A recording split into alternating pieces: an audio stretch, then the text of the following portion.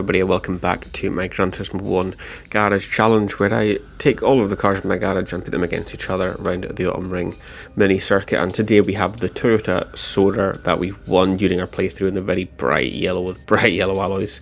And it's a car we haven't used. There's no parts on it at all, so we had to go and get the bare minimum of the racing soft tyres, so that every car has a level playing field in that respect. But yeah, we're taking the cars as they are, as they come, as we've won them or as we use them in the playthrough. So the Soarer, one of the slower cars, as we'll see by the times here, but nice into turn one on the brakes. It did stick the rear out a wee bit, so we've kind of cut the corner, but it's not really gained us any time compared to other times that I did set in this car. It didn't really give us too much of a benefit, and as you can see there, its pace isn't that fantastic, so it's quite nice. Some of these corners the rear does step out a little bit, we've had to chip in a second gear there, but it is a lot smoother than a few of the other cars that we've driven so far and that we will drive in the rest of this playthrough as we come out in the last corner here to come across the line in a 34.345. So that was just slightly better than the time we had done previously on the previous attempt. And here we go, there's clarification of that, 34 seconds, .354. And again, a very bright yellow sword, not the colour I would pick at all for it.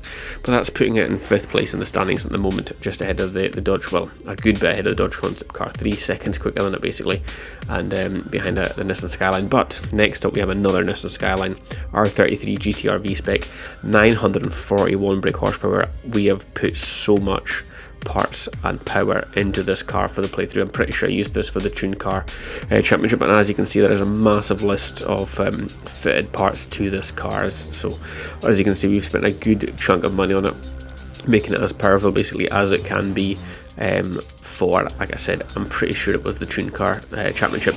So this thing was an absolute handful. As you can see, we don't even started the lap yet and it's just all over the place. It's got so much power though, just insane amounts of power, and as we get into turn one here, it just absolutely chucks it sideways. Getting it into first gear was the quickest way to get it going again. Anytime you just touch the brakes, it wants to absolutely go sideways, even with the racing super soft tyres. But we've kept it on the circuit so far. On the brakes again, looking absolutely chucking it sideways into that right-hander. Trying to get up through the gears. It's so fast through the gears, this car, absolutely unreal, and it just wants to go sideways around every single corner. It was an animal, and we've managed to tame it ever so slightly and get across the line in a 29.961. Insanely fast time for a road car basically. So it's one of those cars that it took a lot of effort, a lot of ability to try and keep it on the road, and as you can see there, 29.961 puts it into second place behind the Dodge Viper GTS-R, which is a race car by the way.